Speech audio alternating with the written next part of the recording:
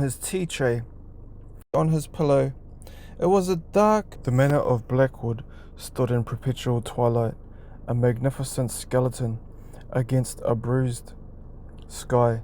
It was the domain of Eulalie, a spectre bound by an ancient invisible chain.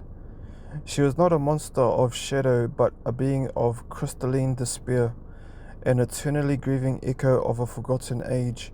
Her fate was to replay a single devastating moment within the mansion's walls for all time.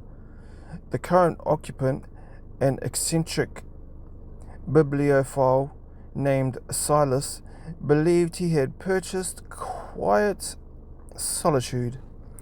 He was tragically mistaken. Silas had a penchant for collecting antique clockwork, believing time could be captured and controlled. The mansion, however, was where time had perished. On his first evening, a silver spoon levitated from his tea tray, stirring his Earl Grey with a precision no human hand could achieve. Silas merely adjusted his spectacles, muttering, "A bit theatrical, but excellent temperature control." Eulalie watched from the corner of the ceiling, a transparent figure whose silk gown shifted like water. Her sorrow was a palpable cold that did not freeze, but instead settled directly into the marrow. Silas began to notice the strange, beautiful disturbances. Bookshelves would rearrange themselves into complex, unnerving geometric patterns overnight. He once awoke to find his entire bed suspended 3 feet above the floor, really level. "Efficiency is commendable," he conceded to the empty air. The ghost haunting was not designed to kill, but to break the mind through exquisite, unending dread. One afternoon, a single tear of obsidian dew fell from Eulalie's eye, landing on Silas's favorite leather armchair. Where it struck, the leather aged centuries in a heartbeat, crumbling to dust. Silas stared at the empty space, a flicker of genuine fear crossing his composed face. That night, Silas found a single antique key on his pillow. It was a dark, serpentine object that felt unnaturally warm. He knew instinctively it belonged to a lock hidden deep within the mansion's heart. The physiological torment began to intensify. He would hear his own laughter echo from rooms he had never entered. Silas started to see his reflection in mirrors lag by precisely 2 seconds. He could watch his own movements, knowing he was always just behind himself. Eulalie's presence became suffocating artistic expression. Eulalie's presence became a suffocating artistic expression. Every window pane developed a delicate, terrifying frost pattern, forming the faces of people Silas had forgotten. The scent of rain and old parchment followed him everywhere, a constant beautiful reminder of loss. Silas started leaving out offerings, perfectly polished clock gears, and meticulously sharpened quills. Eulalie in turn began leaving her own messages. Tiny clockwork butterflies would flutter silently through the corridors. Each one had wings made of his most cherished memories. The terror was no longer in the noise, but in the silence that accompanied these gifts. The mansion's structure was mutating. A hallway Silas had known for months suddenly stretched an additional 20 feet. He learned to navigate the illogical geometry, walking uphill in what should have been a flat corridor.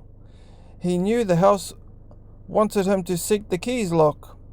He began a meticulous search, documenting the mansion's shifting floor plan. "One cannot chart chaos," a faint, sorrowful whisper once told him. Silas simply noted the location of the whisper on his map and moved on.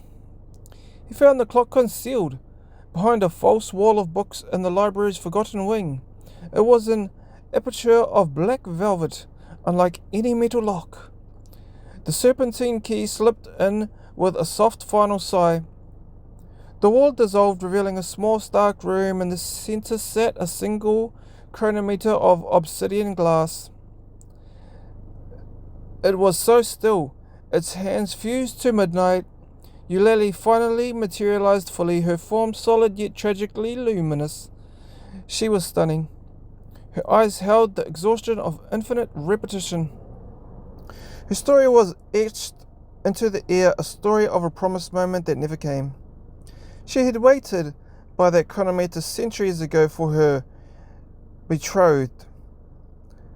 The cloak had stopped when his ship sank within sight of the coast. Her eternal sentence was to wait within this moment, revealing the second the hope died.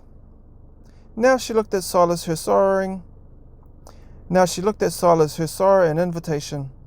You enjoy the mechanics of time, her voice resonated, not in his ears but in the space behind his eyes.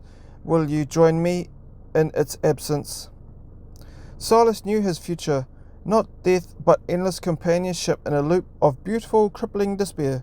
The horrifying beauty of her eternal vigil was undeniably captivating. He felt an overwhelming empathy for her dark, magnificent fate. The mansion seemed to breathe, urging him to accept the comfort of everlasting stasis.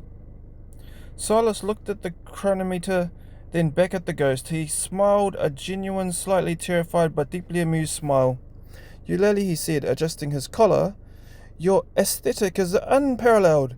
However, he continued, pulling a small oil can from his coat. The lubrication on this timepiece is atrocious. We must have a discussion about maintenance schedules before I commit to eternity. This mundane observation shattered the moment's dark reverence. Eulalie's ethereal form flickered violently. Momentarily confused by the sheer practicality, the silence was replaced by the unsettling sound of a ghostly, exasperated sigh. She had encountered many victims, but never a critic of her mechanical despair. Silas, however, was already setting up his work lamp.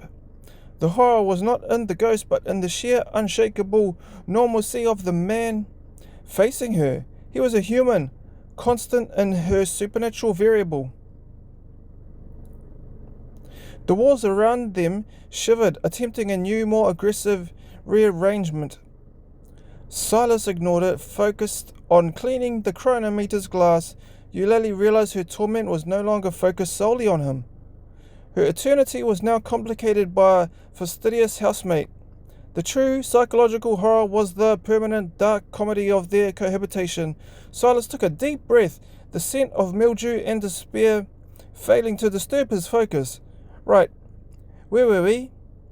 He cheerfully inquired. Eulalie sank back into the ceiling, her beautiful sorrow now mixed with profound annoyance.